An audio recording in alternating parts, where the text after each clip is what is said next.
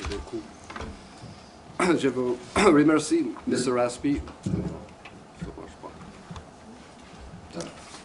Je vous remercie, Mr. Aspie, pour l'inviter pour cette conférence très importante.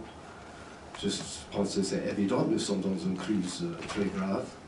Je crois que c'est une crise plus grave que le nouveau Cold War II, guerre froide.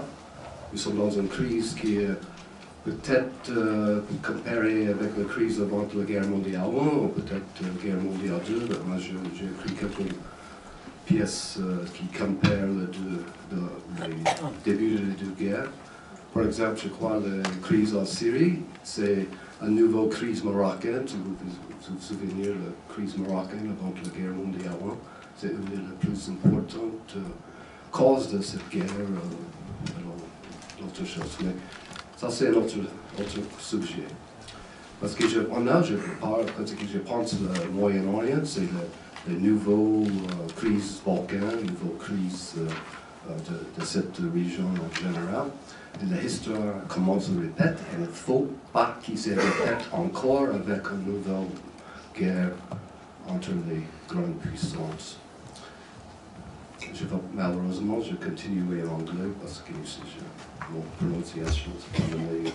C'était bien en français. Oui, c'est gentil, mais je peux répondre à des questions en français. Je commence en anglais, peut-être je fais quelque chose en français.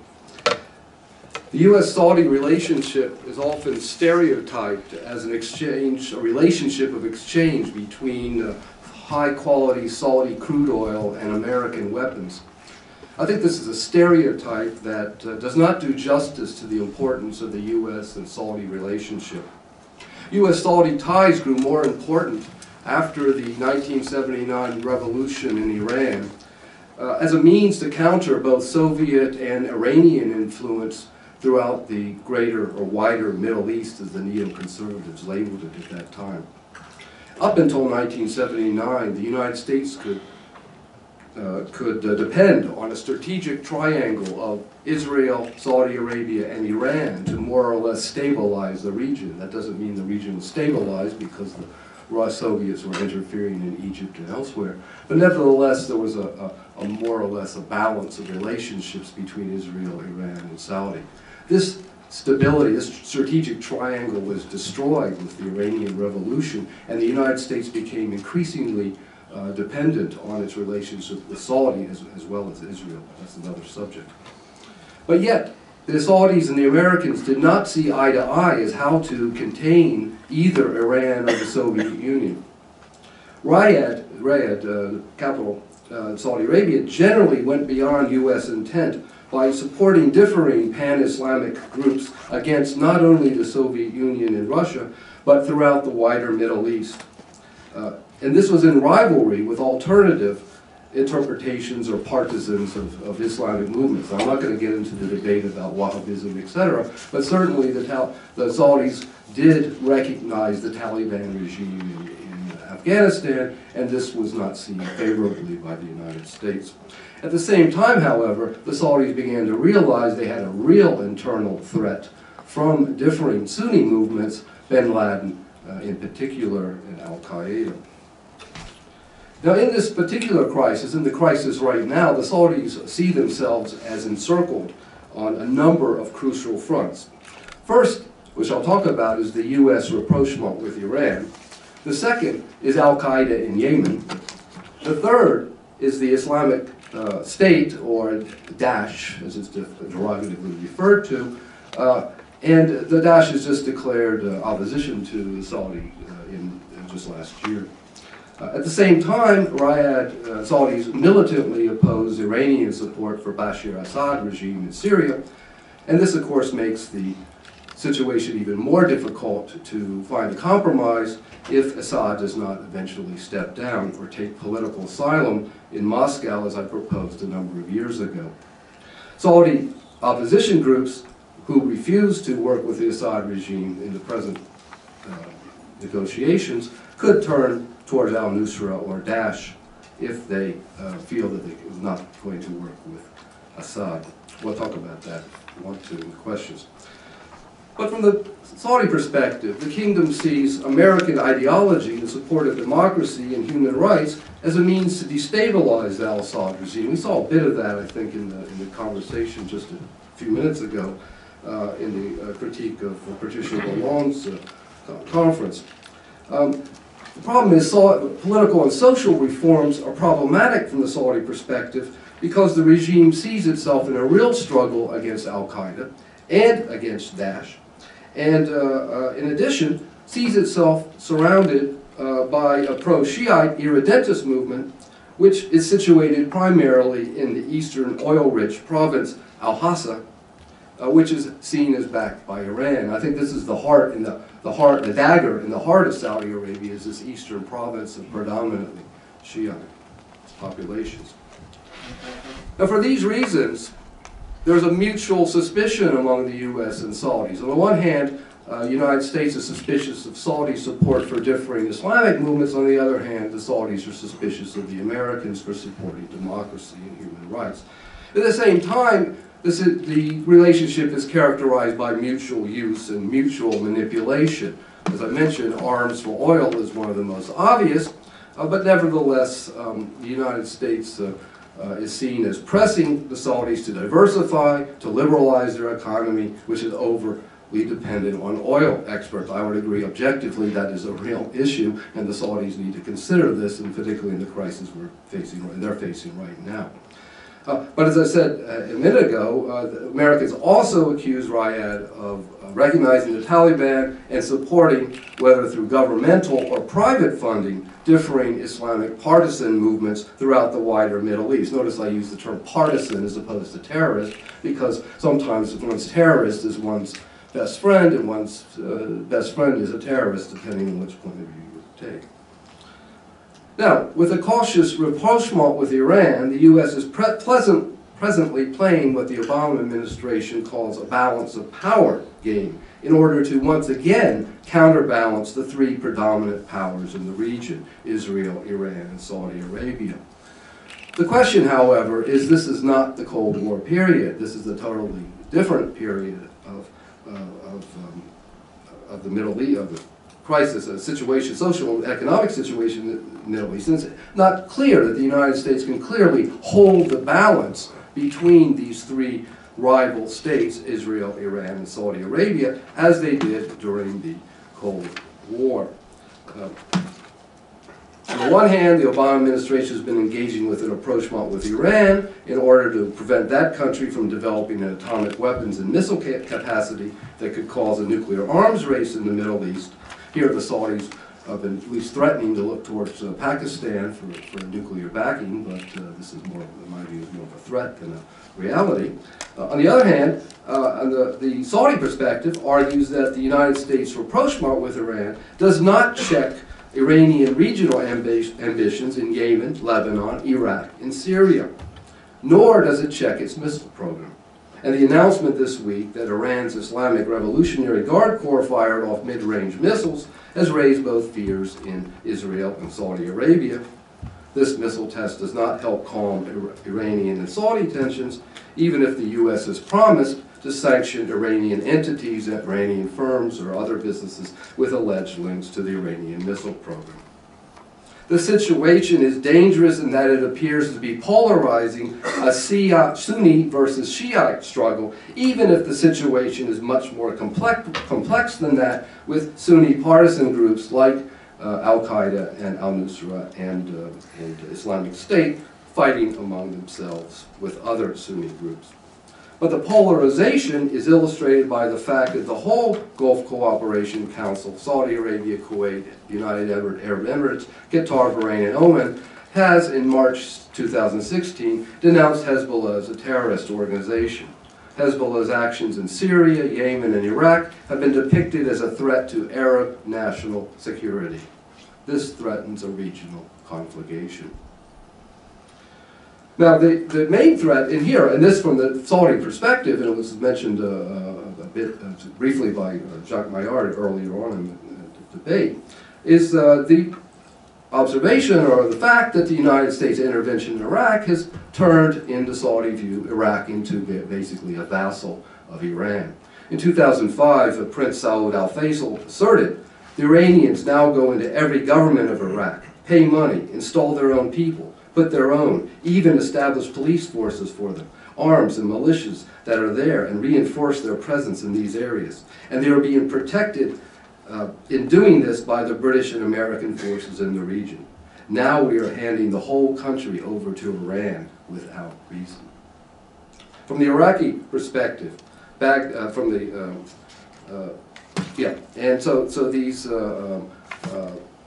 from the Saudi perspective, Iraq has been handed over to the Iranians, but from the Iraqi perspective, they see not only Saudis, but the Gulf countries supporting the Sunni awakening groups, the Sons of Iraq, and other groups of Muslim Brotherhood, Al-Nusra Front, Daesh as we mentioned, but Daesh itself is probably a creation of the former Ba'athist generals mixed with some sort of Islamic ideology. Now these essentially pan-Sunni organizations all oppose the Iraqi regime and Assad in Syria, which are both regimes perceived to be repressive and pro-Iranian. On the Iranian side, there are presently at least a dozen Shiite Islamic resistance militias who are now battling in alliance with the Kurdish Peshmerga and indirectly with coalition forces against Daesh. And this could lead to a situation in which Iran's surrogates could take large sections of Iraqi territory under Iranian or under the control of these pro-Shiite militias, All this concerns Riyadh as the U.S. appears to be secretly backing or at least encouraging Iranian and Kurdish militias against Daesh and al-Nusra, which is helping to cause a backlash in both Saudi Arabia and Turkey, resulting in the new Saudi-Turkish alliance, which has just come about just recently in the formation of a strategic cooperation council, in which Turkey and Saudi Arabia have agreed to coordinate relations, economic, political, defense, security, etc. So that was talked about by Mr. Trudy earlier on. Now, here's the problem, though. This alliance between Turkey and Saudi is seen as a direct affront to Syria, Assad, Iran, and Russia. And the Saudis, despite its costly intervention in Yemen, have at least threatened or prepared to deploy ground forces in addition to deploying combat aircraft to Turkey's Incirlik air base to attack ISIS targets. So Moscow has warned that if foreign troops were sent into the Syrian conflict, it would ignite a world war. It's also warned that the Saudis were really intent to provide, the really purpose is not to fight ISIS, but to provide cover for anti-Assad militias or even Turkish forces to counter the gains of Assad's governmental forces along the border of Turkey. And this is again why I say we are in a real crisis like that before World War I, more so than a crisis of the Cold War.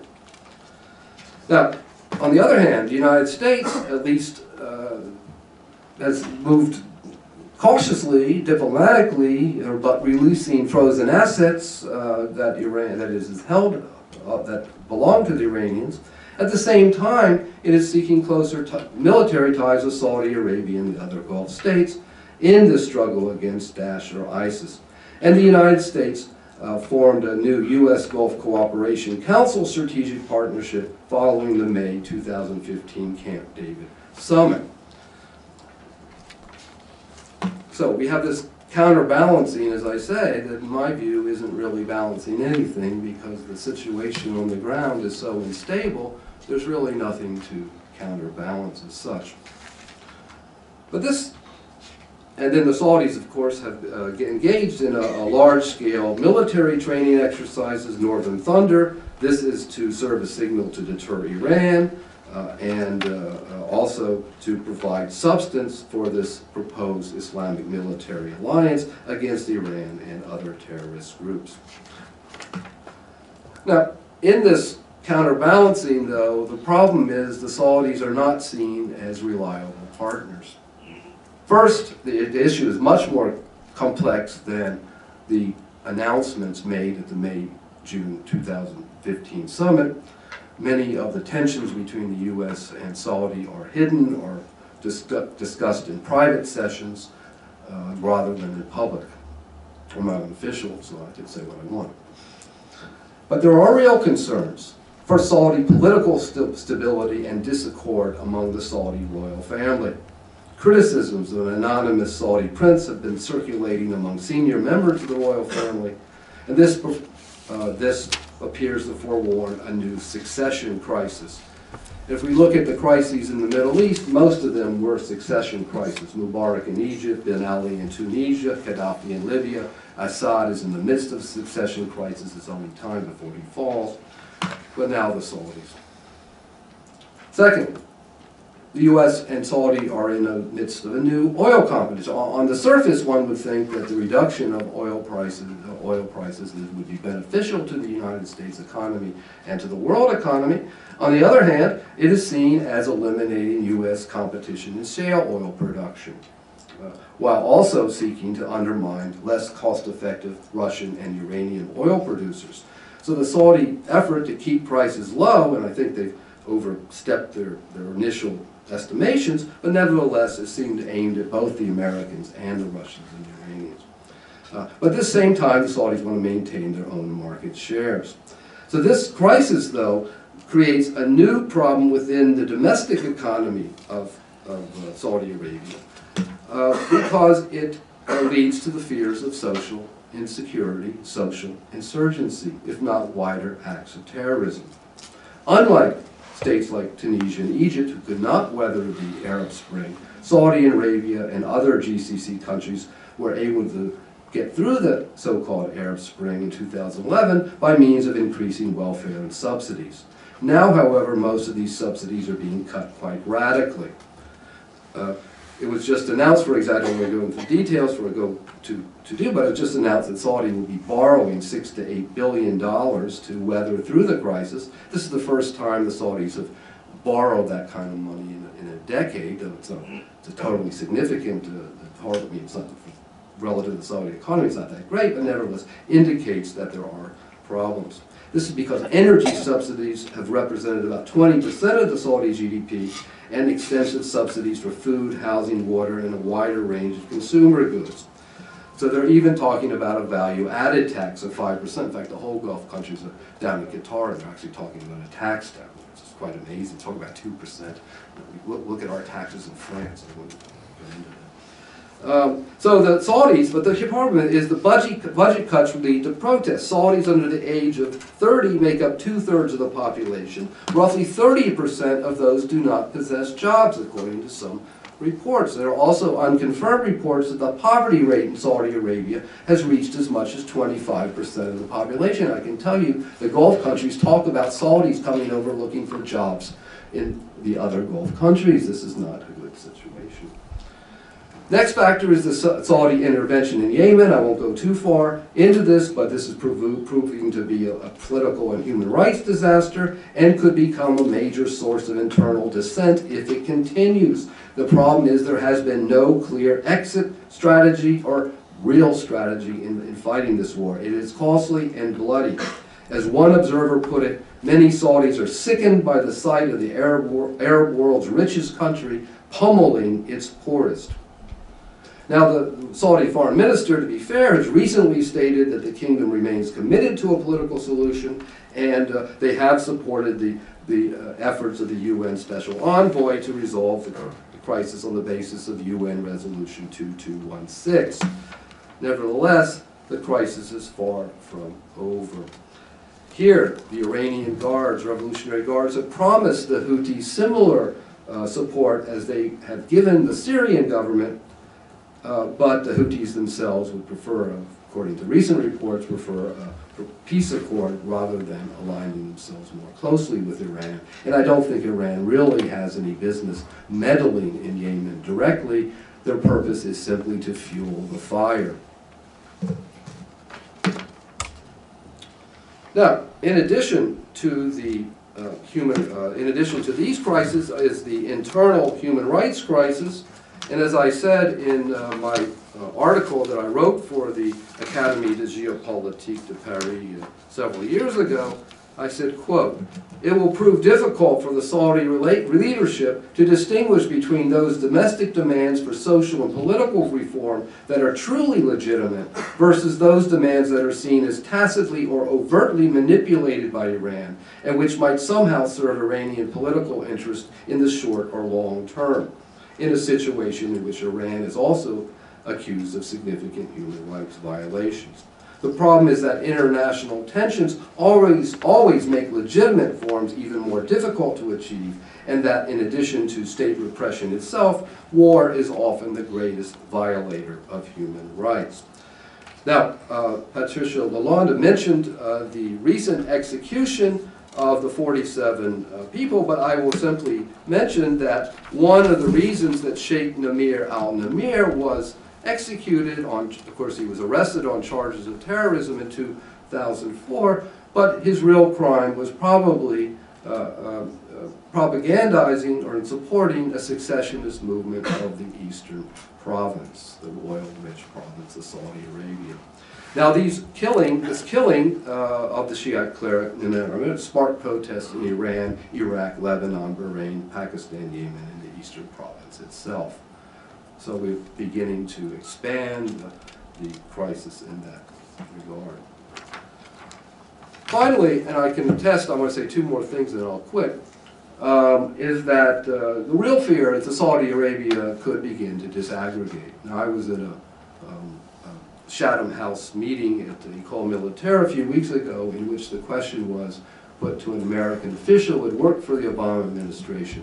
What would happen if one of the provinces of Saudi Arabia broke apart, and would the United States intervene against that breakup of Saudi Arabia?